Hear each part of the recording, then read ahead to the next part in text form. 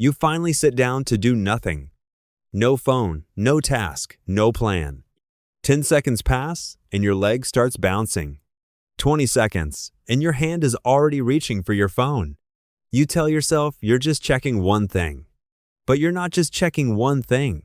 You're running from something you can't quite name, and the real answer for why is far stranger than you're addicted to your phone. It has nothing to do with apps. It has nothing to do with notifications. The discomfort you feel sitting still with an empty mind is something your brain has been wired to avoid for a very long time. And the wiring runs so deep that scientists have had to prove it with actual electric shocks before they'd believe it themselves. Here's what's really happening. In 2010, a behavioral scientist named Christopher Hsee at the University of Chicago ran a simple experiment. He gave people two choices: walk 15 minutes to get a piece of candy, or walk 0 minutes and get the exact same candy, handed to you, for free. Every rational person should choose the free candy. Most people didn't. They chose to walk. Not because the walk earned them anything extra. The candy was identical either way. They walked because walking felt like doing something, and doing something, even something pointless, felt better than doing nothing at all. Hsee called this idleness aversion. Your brain doesn't actually crave rest. It craves the feeling of forward motion, even when there's nowhere to go. Does that sound familiar? Think about the last time you had a free afternoon with genuinely nothing to do. Did you rest? Or did you invent a task, reorganize a drawer, clean something that wasn't dirty, scroll through a feed with no purpose just to feel like the hours weren't slipping away unused? That feeling has a deeper twist, and it gets darker. In 2014, a psychologist named Timothy Wilson at the University of Virginia ran a study that sounds almost impossible to believe. He put people alone in a plain room for 15 minutes. No phone, no book, nothing to do but sit with their own thoughts. Before the session, each person was given a button that delivered a mild electric shock to themselves, if they chose to press it.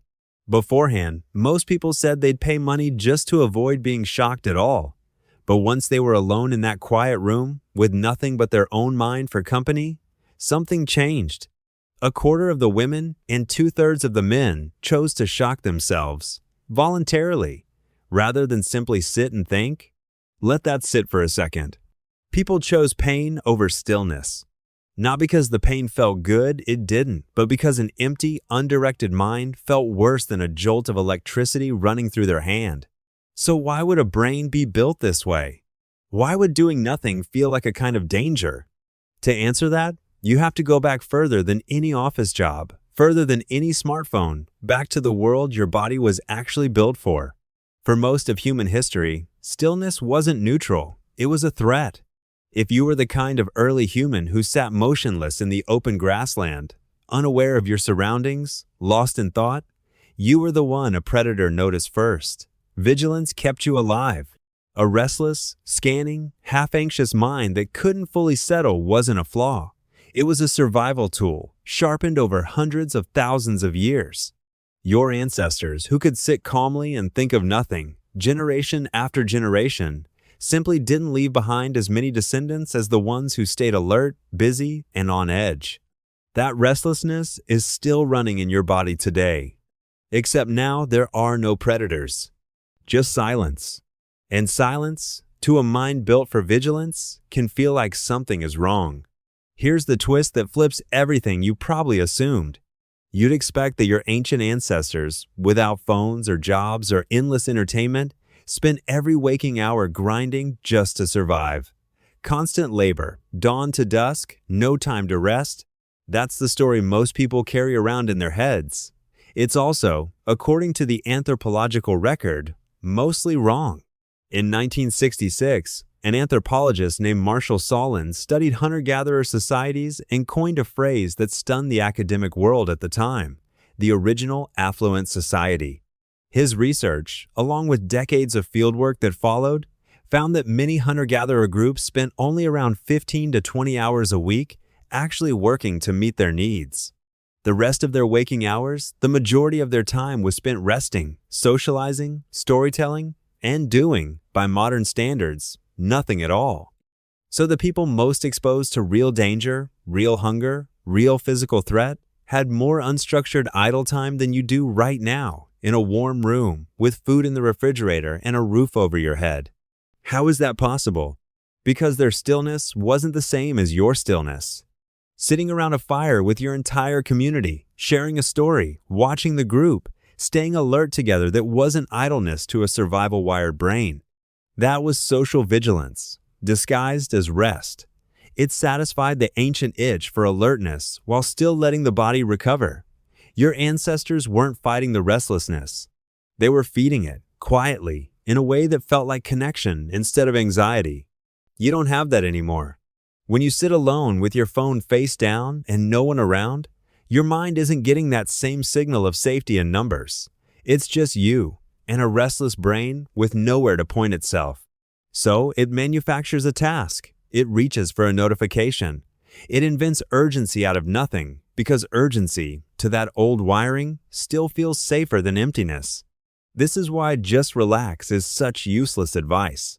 Relaxing was never the natural state your brain defaults to. Alert, occupied, and slightly on edge was always the default. Rest had to be earned, disguised, or shared to actually feel safe. Look at how that plays out in your own life. You check your email on vacation, not because anyone's waiting on a reply, but because the checking itself quiets something. You glance at your phone at a red light, for no reason, just to fill 3 seconds of nothing. You feel a strange pride in saying, "I've been so busy," even when the business exhausted you, because busy feels like proof that you're safe, useful, still in motion. Meanwhile, an actual lazy Sunday, with truly nothing planned, can leave you more anxious by 3 p.m. than a full day at work ever did. Think about your own guilt the next time you lie down in the middle of the day. That voice telling you to get up and be productive isn't really about productivity. It's a survival circuit, hundreds of thousands of years old, mistaking your quiet living room for an open field with something watching from the grass. You are not lazy for struggling to do nothing. You are not broken for needing your hands busy, your eyes moving, your mind chewing on something, anything, rather than sitting in silence. You inherited that discomfort from every single ancestor who survived by never fully switching off. So the next time you finally sit down to do nothing, and your leg starts bouncing within 10 seconds, know what that really is. It's not weakness. It's not a phone addiction. It's hundreds of thousands of years of vigilance, still standing guard in a body that no longer needs it to.